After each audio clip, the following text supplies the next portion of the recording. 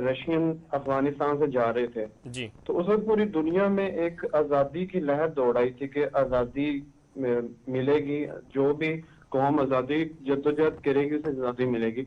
تو 1990 کی دہائی میں یہ ہماری کشمیر موومنٹ یا کشمیر کاز جو تھا وہ بڑا عروج پہ چلا گیا تھا، اور ہم 2014 15 16 یہ اسی راہ کی بات کریں تو برہان وانی کے آنے سے ایک نئی روح آئی تھی اس موومنٹ میں. تو اسی چیز کو کاؤنٹر کیا انڈین فورسز نے، اور برہان وانی کی جو شہادت تھی وہ ایک جو کہ سمجھا جا رہا تھا کہ ایک لیڈ کریں گے، لیکن ایسا نہ ہو سکا انفارچونیٹلی، تو ان کو شہید کر دیا گیا. یوتھ میں ایک پیغام یہ گیا ہے اس کی شہادت کے بعد کہ آزادی کے بغیر مسئلہ کشمیر کا حل ممکن نہیں ہے. آزادی کی کشمیر کو ضرورت ہے، ضرورت رہے گی. اور آپ کو میں یہ بھی ساتھ بتاتا چلوں کہ 1819 سے لے کے آج تک، آج 2022 5 فروری 2022 سے آج تک کشمیری غلامی کی زنجیروں میں جکڑے ہوئے ہیں، کبھی کسی کی غلامی میں، کبھی کسی کی غلامی میں. تو کشمیری جو بھی میرے بہن بھائی ہیں جو مجھے سن رہے ہیں، ان کو میرا یہی پیغام ہے کہ آزادی کی جدوجہد کے بغیر یہ کام ممکن نہیں. اور پاکستانی، ہم سب پاکستانی آپ کے ساتھ کھڑے ہیں، کشمیریوں کے نہ ساتھ صرف کھڑے ہیں. 5 فروری آج کے دن کھڑے ہیں، بلکہ اس کے علاوہ ہم ہر وقت آپ کے ساتھ کھڑے ہیں. ٹھیک ہے، ہر محاذ سے بالکل کشمیریوں کے ساتھ کھڑے ہیں. سمابیہ صاحبہ، آخری پیغام کیا دینا چاہیں گی کشمیریوں کو؟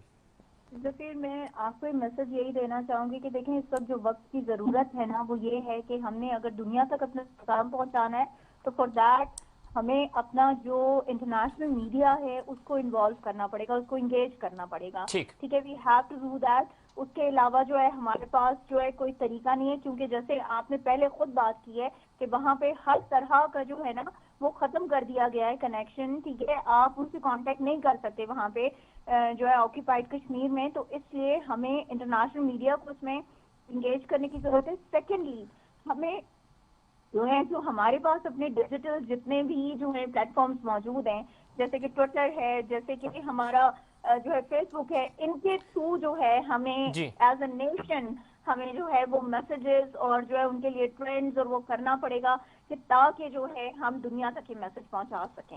بہت شکریہ سمابیہ طاہر صاحبہ. بالکل دنیا تک یہ پیغام پہنچانا ہوگا. چودھری سلمان صاحب، آپ کا بھی بہت شکریہ.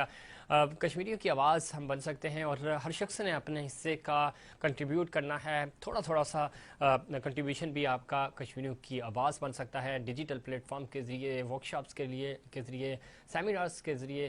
اور آپ لکھیں ان کے بارے میں اور کشمیریوں کی آواز بنے. اس میں مزید بات کریں گے، لیکن اس سے پہلے کمرشل بریک. بات ہو رہی تھی یوم یکجہتی کشمیر، اہمیت اور افادیت. کیا کشمیر کو نئے بیانیے کی ضرورت ہے؟ مسئلہ کشمیر کے حوالے سے پاکستان کی کاوش ہیں، اور خاص طور پہ 5 فروری تو ہم مناتے ہیں. کیا 5 فروری جو بنانے کا طریقہ کار ہے، یا جو جس طرح ہم اس کو لے کے چل رہے ہیں، اس میں جدت لانے کی ضرورت ہے؟ کس طرح ہم انٹرنیشنل میڈیا کو، انٹرنیشنل فورمز کو یوٹیلائز کر سکتے ہیں؟ ہمیں مزید مہمانوں نے جوائن کیا. جناب سید خالد گردیزی صاحب، سینئر صحافی، تجزیہ کار، اور کشمیر کی سیاست پہ، کشمیر، تحریک آزادی کشمیر کے حوالے سے لکھتے بھی ہیں، بڑا قریب سے جانتے ہیں. جوائن کیا ہمیں اسلام آباد سے. خالد صاحب، خوش آمدید کہتے ہیں آپ کو پروگرام میں. تھینک یو ویری مچ جناب. ان کے ساتھ سنگی خان صاحب نے، سینئر تجزیہ کار ہیں، انہوں نے بھی ہمیں جوائن کیا ہے کوئٹہ سے. سنگی خان صاحب، آپ کو بھی خوش آمدید کہتے ہیں پروگرام میں. Thank you sir. خالد صاحب، گفتگو کا آغاز آپ سے کرتے ہیں. کس طرح دیکھتے ہیں 5 فروری، چونکہ آج یوم یکجہتی کشمیر منایا جا رہا ہے، آپ نہیں سمجھتے کہ جلسے، جلوس، ریلیاں، انسانی ہاتھوں کی زنجیریں اور روایتی بیانات، یہ سب چیزیں اپنی جگہ ٹھیک ہیں، لیکن ہمیں تھوڑا سا آگے بڑھنا ہوگا، جدید پلیٹ فارمز کا استعمال کرنا ہوگا، لابنگ کرنی ہوگی تاکہ کشمیر کے ایشو کو انٹرنیشنلی اجاگر کر سکیں، بھارت پہ پریشر بلڈ کر سکیں. 5 اگست 2019 کے بعد کا جو کشمیر ہے وہ بالکل ڈیفرنٹ ہے، نئے بیانیے کی ضرورت ہے. ایسا ہے کہ بھارت نے کشمیریوں کے ساتھ مذاکرات کے تقریباً تمام دروازے بند کر دیے، اور مقبوضہ کشمیر میں جو ہو رہا ہے اس میں ایون اس حد تک وہ نیچے چلے گئے ہیں کہ انہوں نے کلچر اور زبان کو تبدیل کرنے کے لیے وہاں پہ اقدامات شروع کر دیے ہیں. اور ایک جو UN ریزولیشن کے تحت وہاں پہ کسی کو پراپرٹی خریدنے کی اجازت نہیں تھی، لیکن اس کے باوجود جو ہے نا انویسٹرز کو وہاں پہ گھسایا جا رہا ہے. اور جو ایون مطلب جو لوگ اکانومی اس کو ڈسٹرائے کرنے کے لیے وہاں لوگوں کے درخت تک کاٹے جا رہے ہیں، ان کے مویشی جو ہیں ان کو لے کے جایا جا رہا ہے۔ تیسری بات یہ ہے کہ جب ہم دیکھتے ہیں کہ وہاں پہ یہ ظلم و ستم ہو رہا ہے، یعنی مقبوضہ کشمیر کو ایک آپ یوں کہہ لیں کہ دنیا کے اندر ایک پنجرہ ہے جہاں انسان بند ہیں، تو اس تناظر میں جب ہم یہاں پہ یکجہتی کرنا چاہ رہے ہیں ان کے ساتھ، تو ہمیں ان تمام انٹرنیشنل فورمز کے اوپر جو افیکٹو ہیں ہیومن رائٹس کو لے کر، جو افیکٹو ہیں یو این کو لے کر، تو ان سب کے ساتھ ہمیں افیکٹولی ایک بات چیت کو آگے بڑھانا چاہیے اور ان کو لے کے جانا چاہیے وہاں پہ۔ لائک 5 جو یہ واقعہ ہوا تھا جب انہوں نے آئین کے اندر ترامیم کی، جی 5 اگست، جی، تو اس وقت جو ہے نا اس حد تک چیزیں چلی گئیں کہ جو انٹرنیشنل کمیونٹی ہے وہ وہاں پہ ریسکیو آپریشن کرنا چاہ رہے تھے، دنیا کا سب سے بڑا ریسکیو آپریشن، لیکن وہاں بھارت میں نہیں کیا جا سکا۔ بھارت نے اس کی اجازت نہیں دی، وہاں لوگوں کو نہیں لے کے جا سکا۔ تو انٹرنیشنلی ہمیں اتنا افیکٹو ہونا چاہیے کہ ہم یہ ساری جو کاروائیاں بالکل ٹھیک کہہ رہے ہیں خالد صاحب۔ آپ چونکہ اسلام آباد بھی اور مظفر آباد دونوں کے بڑے قریب ہیں، بیس کیمپ ہے تحریک آزادی کشمیر کا مظفر آباد، کشمیر حکومت کیا سوچ رہی ہے؟ آزاد کشمیر کی حکومت، اسلام آباد کی حکومت کیا سوچ رہی ہے؟ کیا پلان ہے فیوچر میں؟ آپ کو کیا لگ رہا ہے کہ جس طرح اتنی تیزی سے ڈیولپمنٹس ہو رہی ہیں بھارت کی طرف سے، وہ کلچر تبدیل کرنا چاہ رہے ہیں، وہ وہاں پہ مسلمانوں کی اکثریت، کشمیریوں کی اکثریت ختم کرنا چاہ رہے ہیں، اور ظاہر 2023 میں آپ کو بھی پتہ ہے کہ جو مقبوضہ کشمیر ہے وہاں پہ وہ ریفرنڈم یا الیکشنز کروائیں گے، وہ لال چوک جہاں پہ کبھی بھارت کا جھنڈا نہیں لہرایا تھا وہاں پہ وہ جھنڈا لہرانے کی کوشش کر رہے ہیں۔ تو یہ ساری اقدامات جو ہیں وہ آپ ان کو کاؤنٹر کیسے کیا جانا چاہیے؟ مظفر آباد کیا سوچ رہا ہے اور اسلام آباد کیا سوچ رہا ہے؟ دیکھیں، مظفر آباد یا اسلام آباد جو سوچے یا نہ سوچے، لیکن جو سری نگر میں رہنے والے لوگ ہیں، وہاں کے جو لوگ ہیں، انہوں نے اپنی قربانیاں دی ہیں، بچوں کو قربان کیا ہے، انہوں نے اپنی ساری جو لائف ہے اس کو قربان کیا ہے اپنی آزادی کے لیے بھارت سے، تو وہ لوگ تو پیچھے ہٹنے کو تیار نہیں ہیں۔ اب دیکھنا یہ ہے کہ ہم ان کی کیا مدد کر سکتے ہیں۔ اب 2 باتیں ہیں کہ لیٹس سے پاکستان اور انڈیا کے درمیان کیا متوقع ہے کہ ایسی لڑائی ہو جو ایٹم بم کی بنیاد پہ ہو، بیچ میں چین بھی ایک شریک کے طور پر ہے، یعنی 3 ایٹمی پاورز کے درمیان یہ ایشو ہے اور کنفلکٹ ہے، تو اس پہ دیکھنے والی بات یہ ہے کہ یہ کیا ہے۔ مجھے یہ لگ رہا ہے کہ آنے والے دنوں میں جو پاکستان، انڈیا اور چین کے درمیان ایک ایسی گفتگو یا ایسے ڈائلاگ کا آغاز ہونے جا رہا ہے، ہونا چاہیے کہ جو مقبوضہ کشمیر میں بسنے والے لوگوں کو ان کی ذاتی بنیادوں کے اوپر، ان کے رائٹ آف سیلف ڈٹرمنیشن کی بنیاد کے اوپر، ان کو جو ہے نا وہ یہ رائٹ دیں کہ وہ کیا چاہتے ہیں۔ بالکل ان کو رائٹ ملنا چاہیے۔ خالد صاحب میں آپ کی طرف آؤں گا۔ سنگی خان صاحب، آپ کس طرح دیکھتے ہیں یوم یکجہتی کشمیر بالکل منایا جاتا ہے، لیکن یہ چیزیں روایتی طور پہ، جس طرح میں خالد صاحب سے بھی بات کر رہا تھا کہ اس روایات سے ہٹ کر یہ چیزیں ہونی چاہیے، لیکن ابھی ہمیں ایڈوانس لیول پہ جانا ہوگا، ہمیں انٹرنیشنل کمیونٹی کو انگیج کرنا ہوگا۔ ہم اپنے بیانیے کو اس طرح شاید پوری دنیا میں نہیں بتا سکے کہ بھارت کتنا ظلم ڈھا رہا ہے، اور عالمی دنیا ظاہر مفادات کی جنگ ہے، ان کے مفادات کا ٹکراؤ ہے، لیکن اس پہ کاؤنٹر پالیسی ہماری ہونی چاہیے۔ آپ سمجھتے ہیں کہ ہم روایتی طریقے سے کشمیریوں کی آواز بن کر اپنا حق ادا کر دیتے ہیں، یہ انف ہے؟ Sir thank you so much. First of all بہت بہت شکریہ کرنے کا۔ سر دیکھیں، فرسٹ آف آل کشمیریوں نے 62 سال سے زائد قابض انڈین فوج کے جس طریقے سے مقابلہ کیا ہے، خراج تحسین کے مستحق ہے۔ جس طریقے سے پاکستان اپنا ایفرٹ کر رہا ہے، اچھی بات ہے روایتی طریقے سے، لیکن جس طریقے سے ہماری اوپوننٹ انڈیا جس طریقے سے کر رہا ہے، یہ ابھی اپنی طرف سے ایک اوفینسو ڈپلومیٹک ایفرٹ کرنی چاہیے، یعنی کہ ہم دنیا کو بتانا چاہیے کہ پاکستان ایک دنیا اس پوزیشن ہے کہ پاکستان دہشت گردی پروموٹ کر رہی ہے، حالانکہ پاکستان ایک وکٹم ہے ٹیررزم کا۔ پاکستان کیا کر سکتا ہے؟ روایتی سے ہٹ کر پاکستان کو ایک روبوسٹ ڈپلومیٹک ایفرٹس انیشیٹو لینا چاہیے، پوری دنیا کی میجر کیپٹلز میں اپنی ڈپلومیٹک مشنز کو ایکٹیو کرنا چاہیے، چاہے روس ہو، انگلینڈ ہو، رشیا ہو، چین ہو، وہ ان کو ہمیں اس ایشو کو انٹرنیشنلائز کرنا چاہیے۔ کشمیر صرف ٹیریٹری کا ایشو نہیں ہے، کشمیر 12 سے 13 ملین لوگوں کا معاملہ ہے. کشمیر میں جتنی ہیومن رائٹس وائلیشن ہوئی ہے it should be highlighted عالمی سطح پہ. میں بڑا ایک حیران ہوتا ہوں یہ سو کول چیمپئنز ہیومن رائٹس کے اقوام متحدہ ہندوستان باقی کہتے ہیں کہ ہیومن رائٹس کے اوپر بات کرتے ہیں لیکن کشمیر کے اوپر وہ رک جاتے ہیں. ہمیں پالیسی لیول پہ یہ سمجھنا چاہیے کہ دنیا گلوبل پولیٹکس انٹرسٹ کے اوپر کام کرتی ہے تو پاکستان کو اپنے آپ کو انٹرنلی بھی مضبوط کرنا چاہیے. روبوسٹ ڈپلومیٹک ایفرٹ کے ذریعے ایٹ لیسٹ ہم کشمیریوں کے لیے جو قابض بھارتی فوج جو ہیومن رائٹس وائلیشن کر رہی ہے مختلف چینلز کے تھرو ہم یہ کر سکتے ہیں. اور ہم کیا کر سکتے ہیں ہم انٹرنیشنل لا کے ذریعے اس چیز کو ہائی لائٹ کر سکتے ہیں کیونکہ اگر ہم ایک کوآرڈینیٹڈ ایفرٹس کے ذریعے اکیڈمیا میڈیا سفارتی لیول پہ ہم یکساں جواب دے سکتے ہیں اور دنیا کے سامنے بھارت کے وائلیشنز کو ہم ایکسپوز کر سکتے ہیں. ٹھیک ہے, بالکل بہت اچھی بات کر رہے ہیں آپ سنگین. اب بالکل صحیح کہا آپ نے, لیکن چاہے ڈپلومیٹک فورمز ہوں چاہے بزنس فورمز ہوں, آپ کو پتہ ہے آج کل یہ جو بزنس ڈپلومیسی ہے یہ بھی بڑی سب سے بڑی ظاہر ہے یہی ایک نئی ٹرمنالوجی ہے. اور اس کے ساتھ ساتھ آپ نے اکیڈمیا کی بات کی,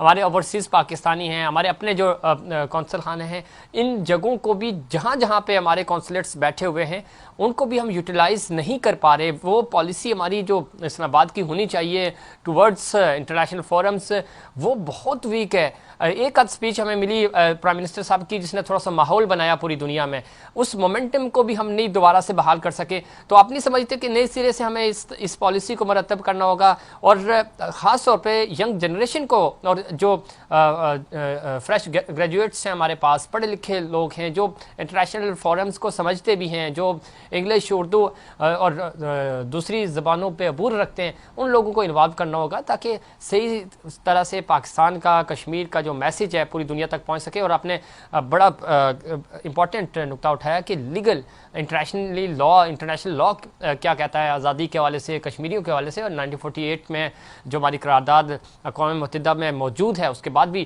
قراردادیں پیش ہوئیں, ان کا صحیح معنوں میں ان کی وہ وکالت کر سکیں, سفارت کر سکیں اور پوری دنیا کو باور کرا سکیں کہ کشمیریوں کے رائٹس کیا ہیں.